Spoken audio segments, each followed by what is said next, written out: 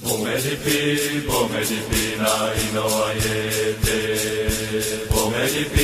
Bomedipi na inoayete. Metepe mambo, etepomu, metepe mambo, etepomu.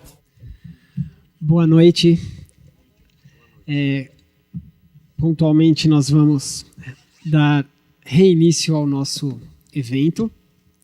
Para esse painel, que é o último do nosso encontro para honrar Darcy Ribeiro. Esse painel 5, Darcy, o Inventor do Brasil, é muito especial para mim, não só porque finaliza essa data de homenagem a uma referência para todos nós, mas também porque nós temos aqui dois dos mais relevantes intelectuais do país. Aqui, João Pedro Stedley, que é uma das principais lideranças políticas do país e é um pensador do Brasil também. E aqui, o professor Gilberto Bercovitch, que é o grande responsável por ter aberto a senda para que aqui na Faculdade de Direito nós pudéssemos pensar o direito pensando o Brasil. Então, estou bastante honrado com o que nós vamos ter aqui. Sem mais, passo a palavra ao João Pedro Stedley, agradeço muito sua presença. Aliás, eu recebi um e-mail que foi a jato, foi o do João Pedro Stedley. Confirmo, parabéns pela iniciativa. Eu acho que era mais ou menos 3 minutos depois de eu ter apertado o send. Então eu falei, ufa, já tem pelo menos um confirmado para o nosso evento. Então eu quero agradecer porque foi importante para a gente esse gás inicial. Obrigado pela sua presença aqui.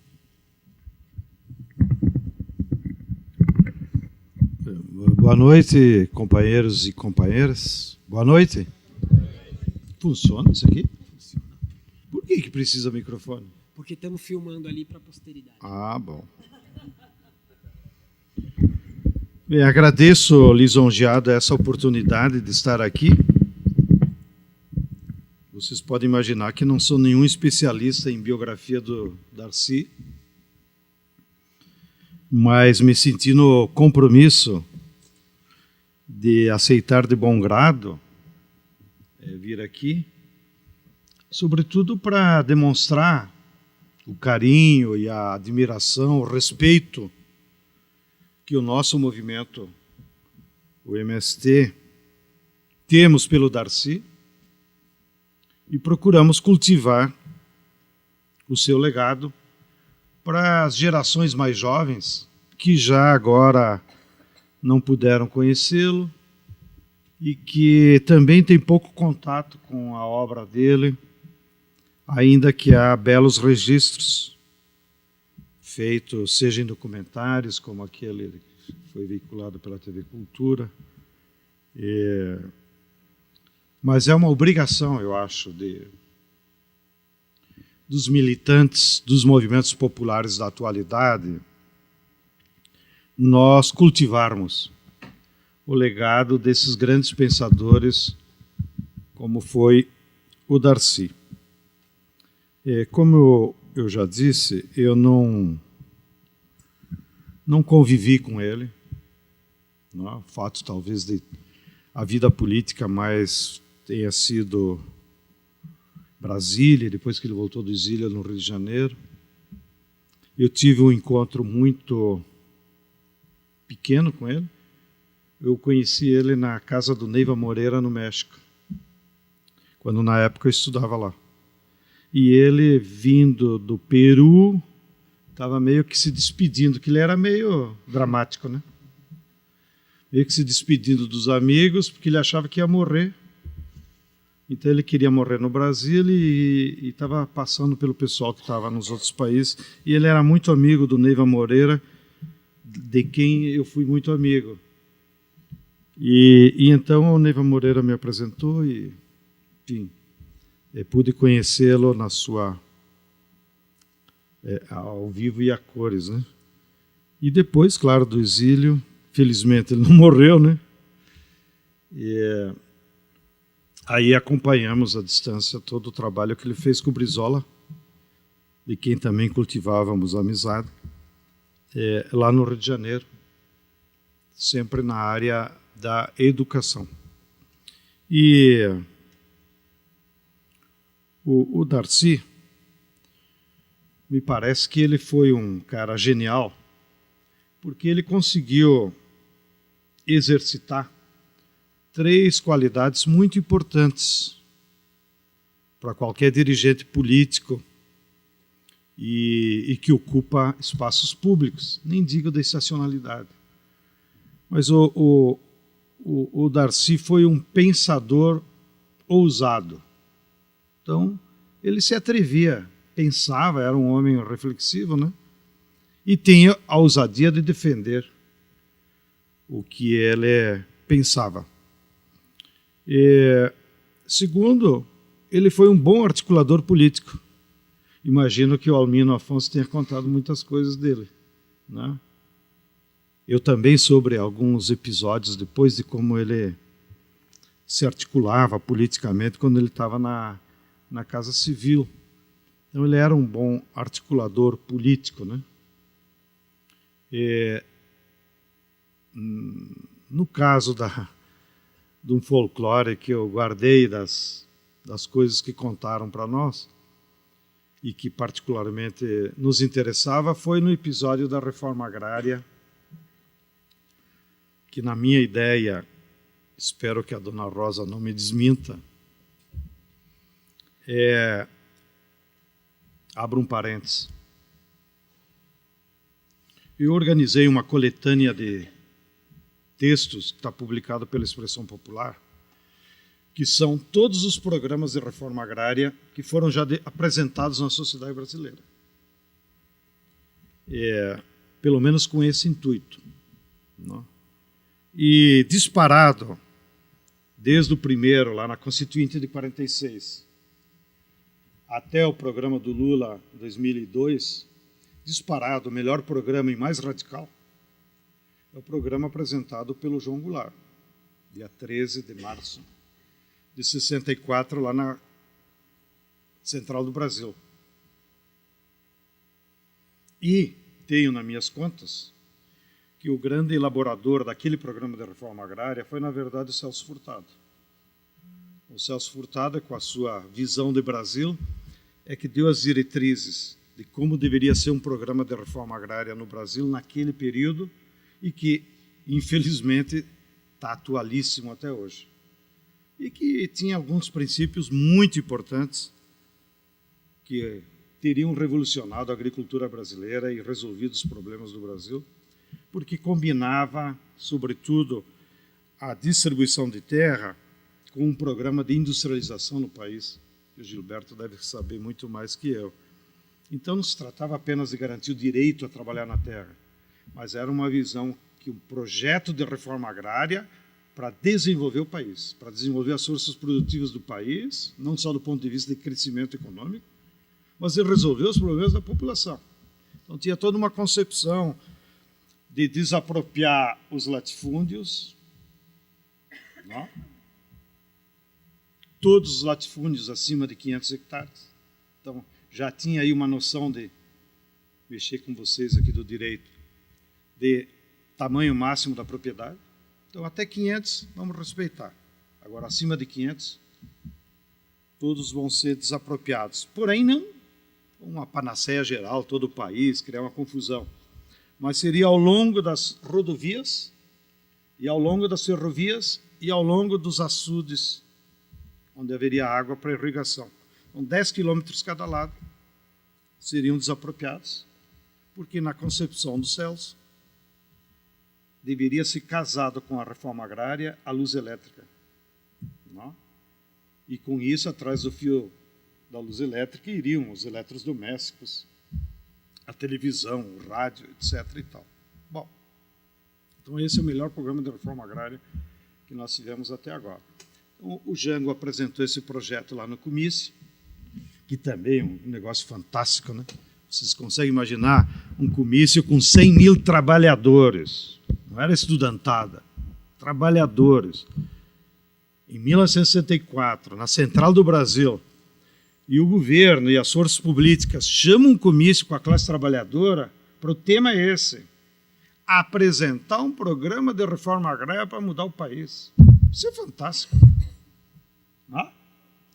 E o discurso que o João Goulart faz para apresentar o projeto foi mais fantástico ainda. Claro, ele se preparou num papelzinho, aparece até no filme do Silvio Tendler, papelzinho que ele usou no bolso, mas ele faz improviso que eu digo sem ler.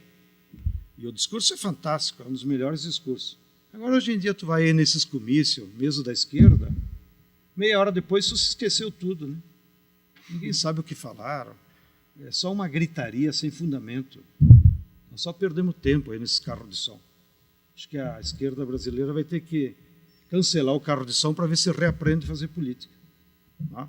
Mas naquele tempo, pelo que eu aprendi na história, então, essas atividades políticas tinham um conteúdo programático e pedagógico fantástico. Você imagina a turma lá, 100 mil pessoas atentos, ouvindo o discurso do presidente, explicando por que é preciso reforma agrária no país. Fantástico. Bom, sigo a minha historinha até chegar ao Dercy. Aí eu perguntei,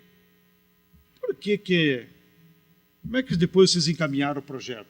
Aí, não sei se foi as conversas com o Celso, com o próprio Neiva Moreira, acho que me explicou, porque ele era da Frente Parlamentar Nacionalista. Aí disse que lá no gabinete do presidente, voltando a Brasília, eles ficaram discutindo. Vamos dar a relatoria desse projeto para quem? Aí o Darcy, que era o mais bocudo e radical, teria dito, não, vamos dar para um comunista, nós temos que fazer luta de classe, tem que enfrentar no parlamento essa direitona. Né? E o João Goulart, mais sabido na política, está enganado, Darcy. Vamos entregar o projeto da reforma agrária para alguém conservador, para alguém da Igreja Católica. Vamos dar para alguém do PDC, Partido Democrata Cristão. Aí procuraram lá na lista e disse, vamos dar para esse jovem aqui, que é impetuoso, que é do Partido Democrático Cristão. E entregaram a relatoria, então, do projeto que o governo encaminhou para o Congresso, para Plínio de Arruda Sampaio. Bem, a discussão do projeto durou 13 dias, né? Eles entregaram dia 18, dia 31 de março, já sabe a história. E por conta deles terem nomeado o Plínio como relator do projeto de reforma agrária, o Plínio apareceu na primeira lista de caçados. E teve que ir para o exílio sem culpa, coitado. Bom, a história é assim, né? Mas então eu estou contando isso como tudo se mistura naquela época e era uma particularidade dessa articulação política. E é a segunda qualidade do Darcy. A terceira, que ele era um homem muito pragmático, era um construtor das ideias. Não era um intelectual bundão que fica aí, escreve um artigo para a Folha, dá uma palestra na universidade e já se contenta com o seu próprio ego. Hoje estou bem comigo mesmo. Não, era um cara impetuoso, ele era um construtor de ideia, ele tinha uma ideia e queria botar em prática. E ai de quem se atrevesse a aparecer na frente. Então eu fico com essa imagem dele, com esse belo exemplo, né? De que ele foi um construtor de ideias. Né? Era pensador, elaborava, não era um papagaio. Era um articulador político, então ele sabia que forças sociais deveriam ser envolvidas e, ao mesmo tempo, era um construtor. Nesse sentido, pragmático, né? Que tu tem que botar na prática as tuas ideias. Então, é essa imagem que eu tenho dele. Do ponto de vista do legado dele, teórico, claro, vocês já ficaram o dia inteiro aí discutindo ele, mas eu quero dar um depoimento como movimento popular camponês que hoje nós somos, né?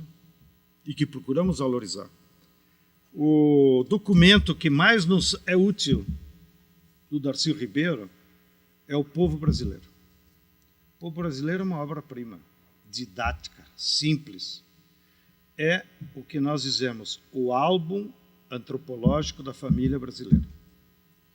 E se algum dia, e tomara que ele seja vivo, nós tivermos no Brasil um governo popular, não precisa ser socialista, um governo popular, ele deveria ter a coragem, pelo Ministério da Educação de baixar uma portaria e colocar assim: todos os cartórios do Brasil, quando registra as crianças, o cartório vai entregar o documento e junto o livro O Povo Brasileiro, para que todas as famílias brasileiras tivessem obrigação de ler O Povo Brasileiro e aquele livro fosse do menino, a menina que está nascendo, para ela saber, ó, a primeira coisa que eu vou ler, quando eu aprender a ler, é esse documento aí. Porque o povo brasileiro é o nosso álbum de família. Não? Então, quando vem os parentes nas nossas casas, o que nós mostramos? O álbum das fotos. Né? Olha aqui como era bonitinho, olha aqui no casamento. Aqui. Bom, qual é o álbum do conjunto da família brasileira? É o povo brasileiro, que o Darcy foi o redator. Então, lá nós conhecemos quem nós somos, os nossos primos, né? Quem que mora aqui, por que no Rio Grande se come desse jeito, por que no Nordeste é desse jeito, por que no Centro-Oeste é desse jeito, né? Onde é que estão as nossas raízes, o respeito que nós temos que ter com os nossos antepassados, seja eles povos indígenas, seja eles afrodescendentes, seja ele europeu, asiático, não? Então, se aqui vocês tirarem algum documento reivindicatório, coloquem esse meu pedido aí. Que no futuro, quando nós tivermos um governo popular, toda criança, quando nasce, precisa receber de presente o atestado dele de brasileiro. O álbum da família brasileira é o livro Darcy Ribeiro. Bom, nós, de alguma maneira, procuramos difundir essa obra dentro do movimento das nossas escolas. Infelizmente, a Companhia de Letras fez uma edição muito rica, né? Muito cara. Depois nós de tanto pressionar lá o Schwartz, ele chegou a fazer edições mais populares para nós, dava desconto, nós ameaçava chamar lá o Paulo Ribeiro. Paulo, briga lá com eles, pô, é para ti que vai o direito autoral. Não, comigo não vai, a fundação, não sei o que, não sei o que. Então, como é que nós temos que pagar R$30 por um livro que é o nosso álbum? Não, o livro é nosso, não é da Companhia de Letras. Bom, aí eles fizeram agora essa edição mais popular, que baixou um pouco o preço. Mas se vocês puderem mandar esses relatórios lá para o Schwartz também, dizer para ele fazer uma edição ainda mais popular, nós precisamos botar esse livro a preço de custo, R$5, R$10, que é isso que custa na gráfica, para que todo militante de movimento popular pudesse ter acesso. Porque, na minha opinião, é a principal contribuição para a militância popular. Claro, depois quem quer estudar, conhecer mais a fundo, tem outras obras dele, que vocês certamente percorreram no dia de hoje. Mas essa é minha reivindicação. Agora, do ponto de vista mais político, do contexto, da contribuição que o Darcy Ribeiro deu, eu queria fazer um paralelo histórico, né? Aquele período de 45 a 64 foi um período muito rico da história do Brasil, porque foi um período de ascenso do movimento de massa. Não? Foi um período de reconstrução dos movimentos e forças populares e partidos de esquerda. E período de muita mobilização popular. Então, é nesses períodos de mobilização popular, de luta de classes, que também se forjam os líderes de massa, se forjam os intelectuais orgânicos, que daí saem desses bancos confortáveis aqui da universidade para colar com o povo. Não? Então, toda aquela geração de 45 a 64 se produziu uma geração de intelectuais orgânicos fantásticos, orgânicos nesse sentido gramsciano, de serem intelectuais do povo, não? Porque uniram o conhecimento científico com o compromisso popular e elaboraram ideias de um projeto de país. Então, foi uma geração fantástica, né? Se faltar sugestão para os próximos seminários, né? Tem todos os amigos do Darcy aí, né? Desde Josué de Castro, Celso Furtado, que já me referi, e muitos outros, que eu não vou aborrecê-los aqui lembrando, Mas foi uma geração fantástica. E esse contexto é que produziu eles. Depois nós tivemos uma ditadura, todo o descenso do movimento de massa. E depois nós tivemos um segundo reascenso do movimento de massa, que foi de 76, 78 até 89. Mas aí já foi um período muito curto, que no máximo produziu novas lideranças de massa, como foi o Lula. Mas nós já não conseguimos produzir intelectuais orgânicos daquela estirpe, nesse segundo período. Né? Um que outro aí na esfera do PT, mas ainda muito mais voltado já para uma militância partidária, que acabou reduzindo o seu pensamento a programas de governo. Eu não vou citar nomes para não ser ofensivo até. Mas, claro, houveram intelectuais importantes ao redor desse projeto, mas não da estirpe, né, que nós tivemos. Agora nós estamos num novo período. Na nossa leitura como movimento popular,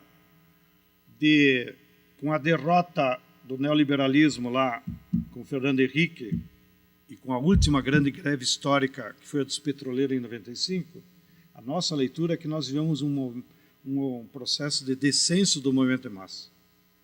Até 2013. 2013 para cá, nós estamos num reequilíbrio. Ainda não é o reascenso do movimento de massa.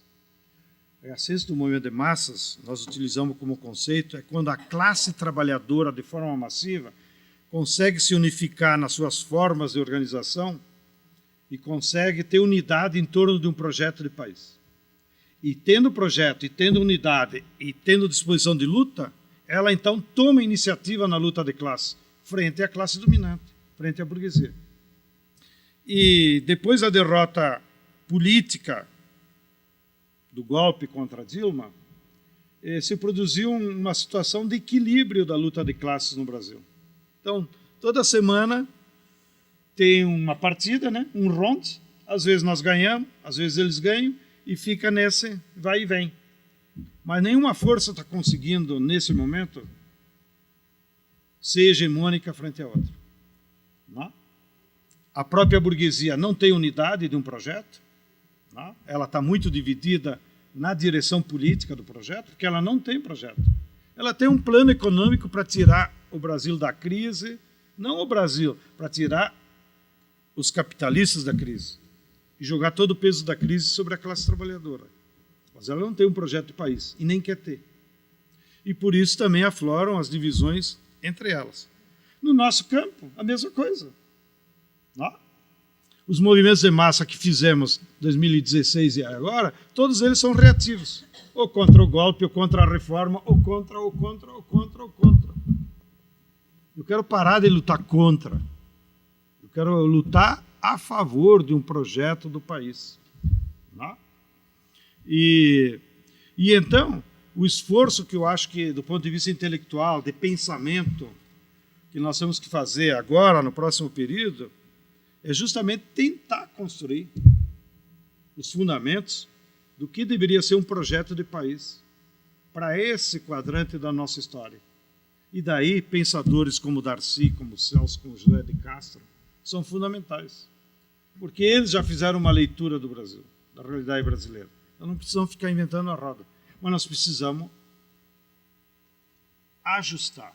Nós precisamos adequar aos dilemas que a sociedade brasileira enfrenta agora, com desigualdades ainda maior, com uma concentração do poder econômico ainda maior, com uma dominação ainda maior do capital financeiro e das empresas transnacionais, que nem era tão presente na década de 60.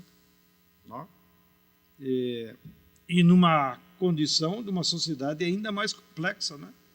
Nós somos 210 milhões de brasileiros, com muitas diversidades, seja étnica, seja da própria classe trabalhadora, nas suas formas de trabalho.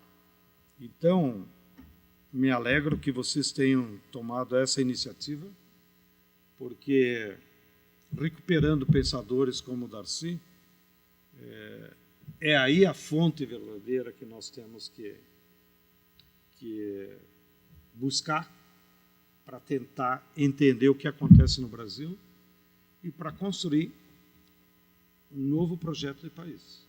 Porque o grande dilema que nós temos agora nem é sair dessa crise institucional, dessas palhaçadas que todo dia tu vê na televisão, de poder judiciário. Vocês são especialistas, né, em poder judiciário, que é uma vergonha. Não? O dia que nós conseguir agora conquistar uma constituinte, a primeira coisa que tem que fazer é uma reforma do poder judiciário para acabar com essa bandalheira. O poder judiciário do Brasil é o lumpenzinato da burguesia.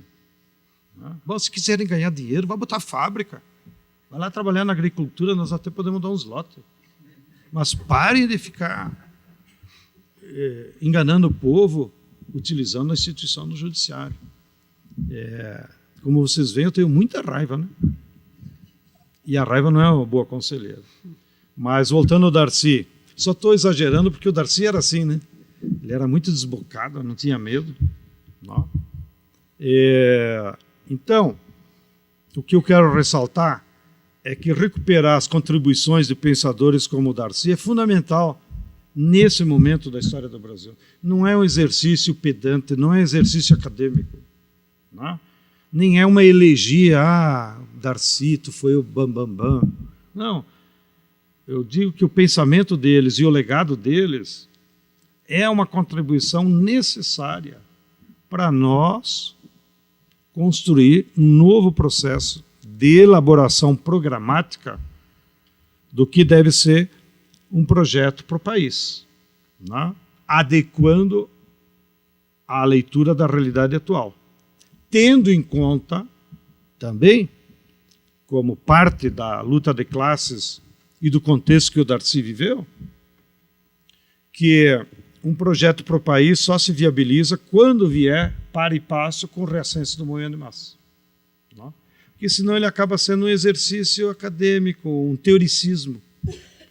Um projeto de país só tem viabilidade se as massas, se a classe trabalhadora compreender e lutar por ele. Não? Então não é um exercício acadêmico que junta aí alguns bambambãs, e eles facilmente poderão botar boas teses no papel. Mas se eles não têm concretude, não? Se não tiver materialidade, não vão servir para muita coisa. E nisso o Darcy, de novo, nos dá um exemplo de vida. Porque como militante ele foi, né, um construtor das ideias. Ele não se contentava em pedir bolar lá os CIEPs. Ele ia lá ajudar, fazer os CIEPs lá na prática e depois montar o currículo com os professores e depois ver se dava certo e ir ajustando tal. Não? Então ele não era um filósofo da educação. Ele era um pedagogo na prática. Como é que tu resolve esse problema de universalizar o ensino fundamental e o ensino médio? Não? Que foi a grande contribuição dele com o Brizola. Não? Então, eles fizeram na prática. Não é, bota no papel aí, faz uma tese. Né? Tese, o Brasil está cheio. Quero saber de ideias que podem se viabilizar na prática para resolver os problemas das massas brasileiras. E esse é o dilema que nós estamos enfrentando hoje. E, lamentavelmente, a nossa leitura é que nós estamos vivendo um período de crise que será prolongado. Nós defendemos a candidatura a Lula, que hoje ele é mais do que uma alternativa eleitoral. Ele não é petista. O Lula encarnou o que seria uma opção da classe trabalhadora. Por isso que nós defendemos.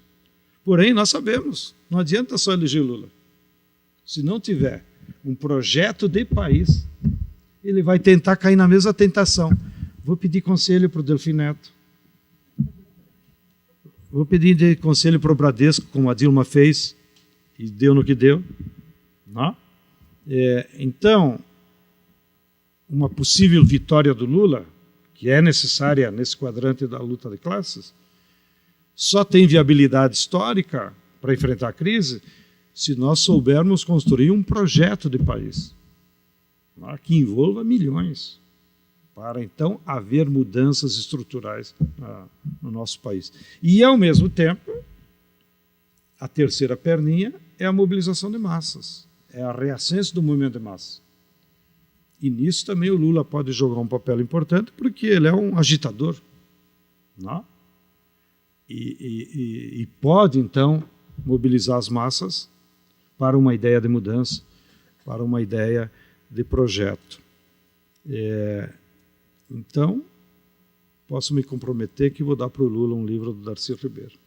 Muito obrigado.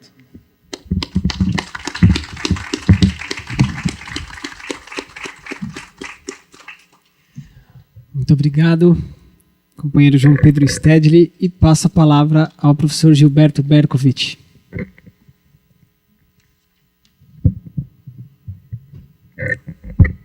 Boa noite a todos.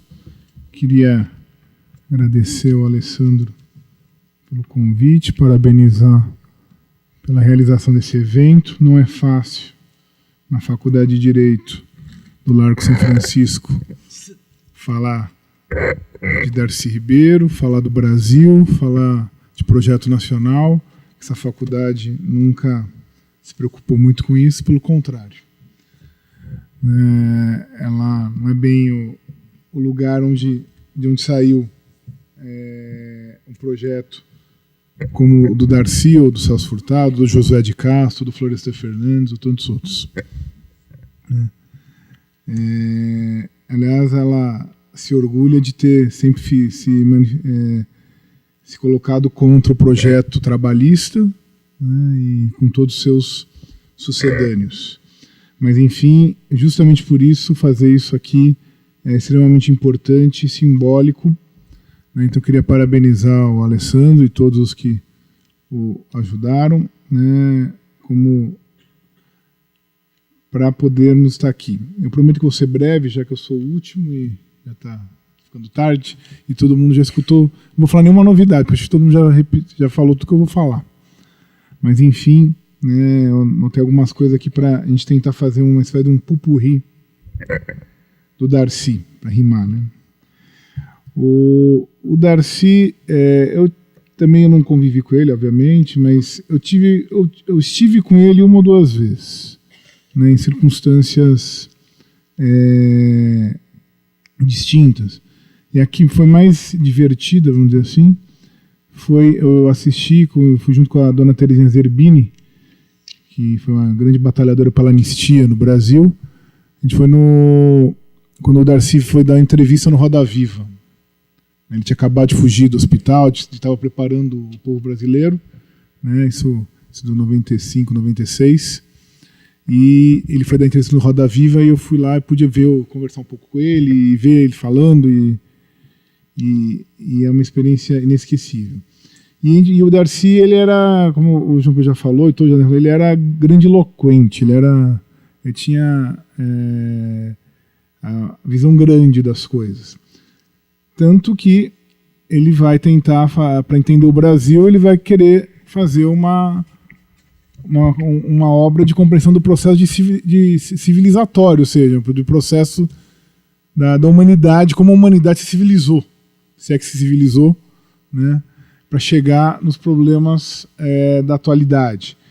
E o que eu acho que queria chamar a atenção disso, e é interessante porque isso é um dos motivos pelos quais, eu vou voltar depois a isso, o Darcy é abandonado e é ignorado na academia brasileira, não só nessa universidade, mas em várias outras, né? Porque a academia brasileira gosta, né, como a gente escuta por aí, nas grandes linhas de pesquisa internacionais, né, e ninguém para pensar o Brasil e os problemas dos brasileiros, né? Isso é coisa de jeca, né? Isso é coisa de quem não tem o que fazer, de quem não consegue bolsa, de quem não consegue estar inserido nas grandes linhas de pensamento do mundo, portanto, né, fazer o quê? Aí você pergunta, você não ganha nada, então você vai só ao Brasil, né? Porque afinal você não vai poder viajar para Paris, para Nova York, para Roma, para Alemanha, ou sei lá para onde mais, né? Mas o Darcy é curioso, que ele não vai ter essa... Obviamente ele é um homem de uma formação, uma cultura gigantesca, lê tudo, conhece uma série de intelectuais importantes do mundo inteiro, principalmente da área dele, da antropologia, mas não só, né? Mas ao escrever a obra dele tem uma repercussão internacional, né? Obra que vai ser traduzida para várias línguas, como a do Celso Furtado também. O Celso Furtado é outro. Os economistas nossos, né, do mainstream adoram criticar o Celso Furtado, né? Principalmente em artigo da Folha, essas coisas, né? Mas nenhum deles é lido na França, nos Estados Unidos, na Alemanha, em outras línguas. Por mais que adorem falar de cada 3 palavras, 2 em inglês. O Celso Furtado foi traduzido para todas essas línguas. O Darcy Ribeiro foi traduzido para todas essas línguas. Eles têm um impacto fora de gente que está preocupado em tentar entender, bom, mas o que é a América Latina, o que é o Brasil, o que eles podem ajudar a gente a compreender esse lugar esquisito, né, diferente, que é a América Latina e particularmente que é o Brasil. Então eles têm esse impacto, e esse talvez seja a maior vingança em relação à academia brasileira, que é o seu impacto internacional que os seus colegas não tiveram, né, por mais que eles estejam nas grandes linhas de pesquisa internacionais, né. Mas o Darcy, o que é interessante toda a chamada dos livros sobre o processo civilizatório, né, ele chama a atenção para o grande elemento que ele entende como dinâmica da história, é a inovação tecnológica, né, que hoje é o tema da moda, né, mas ele falou isso nos anos 60. Como a inovação tecnológica como ela é um dos elementos dinâmicos da mudança social, da mudança da mudança das civilizações, vamos dizer assim, né? E ele vai dizer qual que é o grande problema do Brasil, da América Latina, do Brasil em particular, mas da América Latina, do terceiro mundo, né, vamos dizer assim.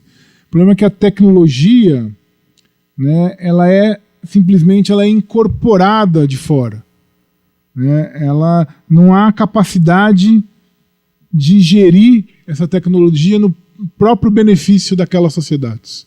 Ela vem de fora, ela é administrada de fora. Você perpetua assim a dependência, você perpetua o atraso relativo, você perpetua a estrutura de poder, você perpetua a dominação de uma elite, né, aí sim multinacional, né, que é ligada ao grande capital internacional. O Darcy percebe isso, ele dá uma explicação antropológica, como o Celso Furtado vai dar uma explicação econômica, como o Florestan vai dar uma explicação sociológica, né, mas sempre para tentar entender o papel do Brasil nesse sistema em que o Brasil sofre em nunca ser um país voltado para si mesmo, né? E é interessante que a opção do Darcy, que podia ter sido qualquer um, o Darcy tinha condições para se estabelecer em qualquer lugar, de estar em qualquer lugar, de estudar, ficar lá, como o João Pedro falou, ficar lá na salinha dele, estudando, escrevendo qualquer coisa, né? Ou vai e faz uma grande teoria, um grande artigo, que depois ninguém lembra mais que teve, né? Depois de 10, 20 anos, ninguém lembra quem é que foi que aconteceu. Mas depois de ter feito isso, que é o sonho de consumo de todo acadêmico. Mas não, ele resolveu não ser só um acadêmico, ele resolveu ir para a política, ir para o enfrentamento. E isso por quê? Porque ele tem alguém em mente, ele tem alguém que é o centro das preocupações dele. Esse alguém é o povo brasileiro, o que ele chamava de deserdados da sociedade, os excluídos de todos os direitos. E com ênfase particular na questão da educação, graças à influência e amizade que ele vai ter com Anísio Teixeira e com todo o movimento da educação nos anos 50 no Brasil. E vai ser uma das grandes, mas não a única, bandeira dele. O Darcy é um grande educador, mas ele não é só o educador, ele é muito mais que isso. E o Darcy, para tentar entender esse povo, para tentar trabalhar por esse povo, ele cria um conceito que eu acho que é o emblemático e que é pouco falado, né? Que é o conceito da ninguémdade, né? Quem que é o povo brasileiro? Ninguém. É o ninguém, é o Zé Ninguém, literalmente. Porque ele fala, quem que é? É o índio que é aculturado, é o negro que é aculturado, é o branco que é aculturado, é a mistura disso tudo, e depois de outros povos e outras raças que vão vir para cá, que não são, ao se misturarem, ao conviverem, não vão ser mais o que eles eram, e que são marginalizados, são deixados de lado, são abandonados né, por uma elite que se pretende internacionalizada, que se pretende inserida nos grandes círculos internacionais, mas que não passa de uma elite de quinta categoria, uma elite jeca, como eles gostam de dizer, né? Uma elite que se orgulha da sua própria ignorância. Mas o povo, o Darcy falava, o povo tem como salvar. É o povo que vai salvar. Essa elite esquece, essa elite não serve para nada. Essa elite ela só serviu para explorar o país. O povo, se alguém for salvar o país, vai ser o povo. É o subproduto do empreendimento colonial. É o que foi deixado de lado, foi menosprezado, né? É aqueles para quem o país não olha, para quem o país não trabalha. E ele vai justamente, não, eu vou trabalhar para eles. Não só ele, obviamente, vários outros. E vai se aliar às forças políticas que vão tentar trabalhar em prol desse povo. Não é por acaso que ele vai aderir, né, ao trabalhismo. Que foi a grande tentativa, como o João Pedro lembrou aqui, nos anos 40, 50, nos anos 60, de tentar fazer um projeto nacional popular para o país.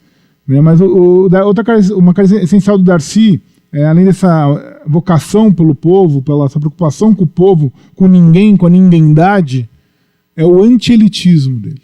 O anti-elitismo é marcante. O Darcy fala as coisas e falava de qualquer jeito e ofendia todo mundo, não estava nem aí, porque ele não aguenta o cinismo dessa elite. Né? A casca dessa elite colonial, alienada, que não tem comprometimento com o país. De novo, não é por acaso que ele é boicotado na universidade. Que a universidade é onde se forma essa elite. O parte dela. E hoje cada vez menos. Né? Por isso que a universidade também está sendo destruída pela própria elite, porque ela não está mais preocupada, porque ela não se forma mais nela também. Né? Antes ela ainda tinha um mínimo de preocupação, porque era onde os seus filhos se formavam. Agora não é mais o lugar onde eles se formam também, então não interessa mais. Universidade para pobre não é o projeto do Brasil para essa elite. Né? Então ele vai enfrentar essa elite pensando sempre que existe uma possibilidade original de uma civilização nova no Brasil. Que o Darcy achava isso, que o Brasil vai ser a sede de uma nova civilização, fundada na mistura, na interação interétnica, cultural, um povo novo, como ele gostava de dizer, né? Que vai buscar justamente superar o passado sem negar os elementos que o formaram, que constituem o presente. Mas como é que esse povo novo vai conseguir fazer isso? E aí vem de novo a preocupação dele em estar na política, que está vinculado a um projeto político que se preocupa com o povo. Porque o Darcy tinha muito claro, isso ele não tinha nenhuma ilusão, é o Estado que vai construir a nação. É o Estado que tem a tarefa de incluir a população, de integrar a população, de enfrentar a elite predatória nacional ou internacional. O desafio que o Darcy vê, e é o desafio da vida dele, é que um povo novo, né, deve se fazer na história. E os brasileiros são um povo novo que ainda não se fizeram, que ainda não se transformaram num povo autônomo. Então, tinha que fazer o Brasil. É muito semelhante com o Celso Furtado falar da construção da nação, da construção interrompida da nação. Eles estão na mesma toada, estão na mesma vibração, cada um da sua perspectiva. O Josué de Casa vai falar isso também, o Florestan Fernandes também. Né? A ideia da construção de uma nação, da construção que o povo assuma por si mesmo, né, o seu próprio destino. Né? E o Estado seria o instrumento o Estado nacional, o Estado que democratizasse as relações sociais, que incluísse, que organizasse esse processo. E é por isso que ele vai se aliar ao João Goulart, vai ser ministro da Educação, da Casa Civil, depois ao Brizola, como um projeto de educação e cultura, e com pretensões de que fosse ainda um projeto nacional, que não vai ser, infelizmente, para o Brasil em 89, mas que vai ter a sua força, o seu papel na discussão e no debate do que se quer fazer para o país. Lógico, o Darcy, e aí eu vou já partindo para encerrar, né, o Darcy ele vai se prender, ele vai tentar, ele vai ser o grande articulador das reformas de base. Reforma de base é reforma agrária, reforma urbana, reforma educacional, reforma universitária, reforma administrativa. São as reformas que até hoje o Brasil não fez. Né? Todo mundo gosta de falar de reforma, mas ninguém fala dessas reformas. Né? Essas são as reformas do Brasil. E não as reformas que a gente escuta todo dia nos jornais. Ele vai circular nisso e vai ser derrotado pelos tanques em 64. Ele vai, na redemocratização, tentar rearticular o trabalhismo junto com o Brizola e vão acabar sendo derrotados também por circunstâncias, seja pelos meios de comunicação como a Globo, seja por circunstâncias políticas, por novo rearranjo de forças. Eles não vão conseguir chegar a um bom termo nesse sentido, mas vão estar sempre ali presentes como uma alternativa possível e viável. E ele mesmo, eu vou falar algumas frases dele, ele mesmo via com bom humor só de ter tentado e não ter conseguido. Né? Ele falava, não sei se alguém já falou durante o seminário, que essa é uma frase famosa dele, né, um trecho famoso dele, em que ele dizia o seguinte: fracassei em tudo que tentei na vida. Tentei alfabetizar as crianças brasileiras, não consegui. Tentei salvar os índios, não consegui. Tentei fazer uma universidade séria e fracassei. Tentei fazer o Brasil desenvolver-se autonomamente e fracassei. Mas os fracassos são minhas vitórias. Eu detestaria estar no lugar de quem me venceu. Essa frase do Darcy, esse trecho do Darcy, mostra bem aquela ideia, aquela nostalgia da oportunidade perdida. O Brasil que podia ter sido e que não foi. Né? E aí eu relembro, para encerrar, as palavras de um outro grande brasileiro, que é o Chico de Oliveira, né, que numa homenagem ao Celso Furtado, né, falou também sobre as derrotas do Celso Furtado. E o Chico de Oliveira, que tem um poder com as palavras que ninguém tem, né, falava o seguinte, que nessa homenagem ele dizia, e acho que se aplica também ao Darcy, né, assim, a história é feita de derrotas. E a derrota das derrotas é a sua celebração. Porque a celebração dos derrotados é a demonstração da derrota dos vencedores. E como diria o Darcy, vamos de derrota em derrota até a vitória final. Obrigado.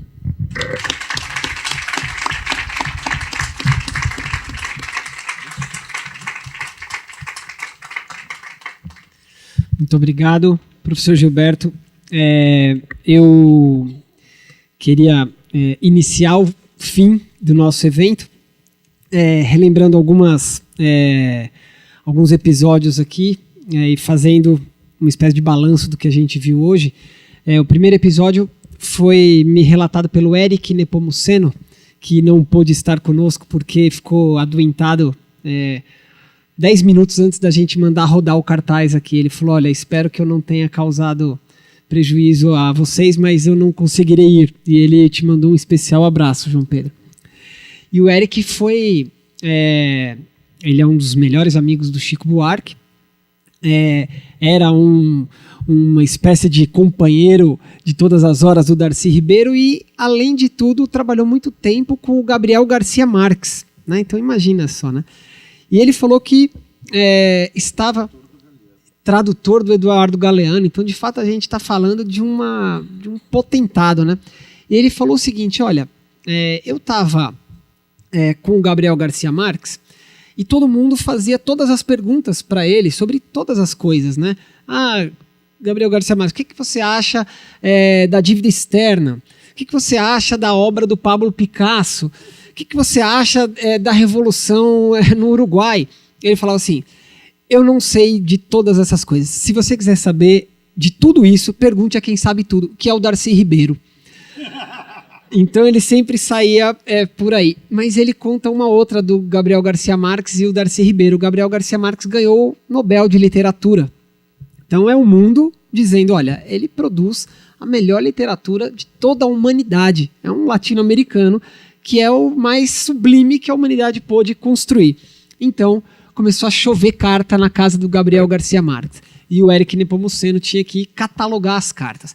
Então ele falou, a sala começou a encher de carta, flor, jaca, maçã. Começou a chegar presente de todo jeito. E o Gabriel Garcia Marques já começou a ficar meio irritado com aquilo. Porque ele abria a carta lá, estava assim, o deputado mais reacionário lá da Colômbia.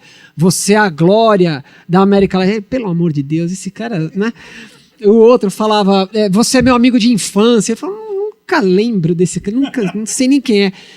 E ele falou que o Gabriel Garcia Marques gostou só de uma carta que ele recebeu. Ele abriu, era um bilhete falando, estou morto de inveja, Darcy Ribeiro. Aí ele falou, dessa eu gostei, você pode colocar lá na parede, essa eu acredito, essa é sincera. Então, esse é o Darcy do Éric Nepomuceno. O professor Gilberto contou como ele conviveu rapidamente com o Darcy Ribeiro. Hoje a gente teve gente, tá aqui, a Lúcia conviveu muito tempo com o Darcy Ribeiro. A gente teve gente aqui que conviveu bastante tempo com o Darcy Ribeiro. Nós tivemos a honra aqui, professor, em 1994, eu não sei o quanto você esteve envolvido naquela tramóia, de trazer o Darcy Ribeiro, acho que foi depois desse programa Roda Viva, ou antes, eu não me lembro, mas o Darcy Ribeiro veio falar aqui embaixo na sala dos estudantes. Eu estava no primeiro ano da faculdade, e alguém falou, olha, vai falar lá na sala dos estudantes o Darcy Ribeiro, que foi do governo João Goulart. Para mim, aquilo era do livro de história que eu tinha acabado de estudar para cá. Eu falei, não, tá vivo ainda? Então, vou lá, né? E desci, e aquilo ali foi absolutamente impactante, porque o professor falou que ouviu falar de perto e era aquela grande eloquência. Eu não lembro do que ele falou, mas eu lembro do sentimento que ele fez brotar em mim naquele dia na sala dos estudantes, naquela noite. O Brasil tem que entrar nos nossos ossos. O Brasil tem que vibrar no nosso coração. E o Brasil tem que ser para todo mundo. Não dá para ser o Brasil só para alguns. Tem que ser o Brasil para todos. Ou a gente avança todo junto, ou não dá para ficar ninguém para trás. Ou a gente é uma pátria, ou a gente não é a pátria. Não dá para ser a pátria só para uns poucos e só se é pátria quando é para todo mundo. Aquilo para mim foi o efeito de uma revelação. Então eu sempre serei grato ao Darcy Ribeiro pelo caminho que ele me mostrou, e isso aqui hoje é longe de ser um pagamento que nós conseguimos fazer a ele, porque uma lição como essa não se retribui. Uma lição como essa passa-se a vida a retribuir. E esse período de 45 a 64, que João Pedro relembrou aqui, ele é um período para o qual nós devemos olhar com o máximo de carinho. Getúlio Vargas, Juscelino Kubitschek, João Goulart. Embaixo dessas três figuras tem uma vibração que é a vibração de pensar o país como uma nação decente que vale a pena para todos os seus filhos. O programa do PSD, João Pedro, olha só, a CIA mandou um espião para a convenção do PSD em 63 que considera o Juscelino escolhido para candidato em 65. Então esse relatório a gente conseguiu levantar dos documentos que eles desclassificaram agora. E a CIA fica em pânico porque eles falam o seguinte, o Juscelino acaba de defender na convenção de 63 que a reforma agrária tem que ser feita. E eles disseram ali que isso tem que ser feito junto com o PTB. Agora a gente está com um problema sério, porque até agora a gente achava que controlava mais ou menos, mas enfim, se esse cara está se aliando ao PTB, eles estão falando de reforma agrária, eu acho que esse país aqui vai começar a incluir gente. Esse país, eu acho que alguém está pensando nele globalmente. E nesse documento de 63, estou aqui com a Léa Vidigal na minha frente, que obteve o original desse documento, tem um pedaço inteiro ali falando de como seria essa reforma agrária. E tem uma coisa que o professor Gilberto mencionou aqui, lá ele fala o seguinte, nós podemos criar aqui, embaixo do trópico, a primeira civilização tropical do mundo todo. Só nós, aliás, podemos criar essa civilização porque ela nos concerne diretamente. Mas essa civilização ou ela será para todos ou ela não será civilização. Então, eu gostaria de terminar esse nosso dia de congraçamento em torno da mais generosa das mensagens. Darcy Ribeiro, isso foi citado aqui hoje, ele falava, olha, nesse país aqui eu vejo criança abandonada, eu vejo criança então que não tem dono. Agora, cabrito, eu não vejo um que não tem dono. Cavalo, eu não vejo um cavalo sem dono no país. Galinha e frango, não tem uma galinha e nem um frango sem dono. Agora, criança e gente nesse país eu vejo sem dono. Então, ou nós somos capazes de cuidar da gente brasileira, ou nós somos capazes de trazer decência à nossa organização social, ou nós não somos capazes de nada, nós não somos um país.